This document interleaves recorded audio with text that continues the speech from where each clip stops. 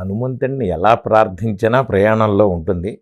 మొట్టమొదటిది మీరు ఆంజనేయ స్వామిని తలిచే ముందు ఎవరైనా సరే ముందు ఆపదామపహర్తారం ధాతారం సర్వసంపదాం లోకాభిరామం శ్రీరామం భూయో భూయో నమామ్యహం ఇది చదువుకొని తర్వాత ప్రయాణాల్లో కనుక ఉంటే మనం ఇదే చదవాలి, ప్రయాణంలో ఇదే చదవాలి, నిద్రపోయేటప్పుడు అనుకోకుండా ఉండేటైతే అసలు స్వామివారివి చాలా ఉన్నాయి. వాటిల్లో ఫస్ట్ది మీరు చదువుకునేది బుద్ధిర్బలం యశోధైర్యం నిర్భయత్వం అరోగతాం అజాడ్యం వాక్పటుత్వంచ హనుమ స్మరణాద్ భవేత్. హనుమంతుణ్ణి అలా స్మరిస్తే చాలు, మీకు బుద్ధి బలం యశస్సు ధైర్యం నిర్భయత్వం అరోగతాం అజాడ్యం అన్నీ పోతాయి.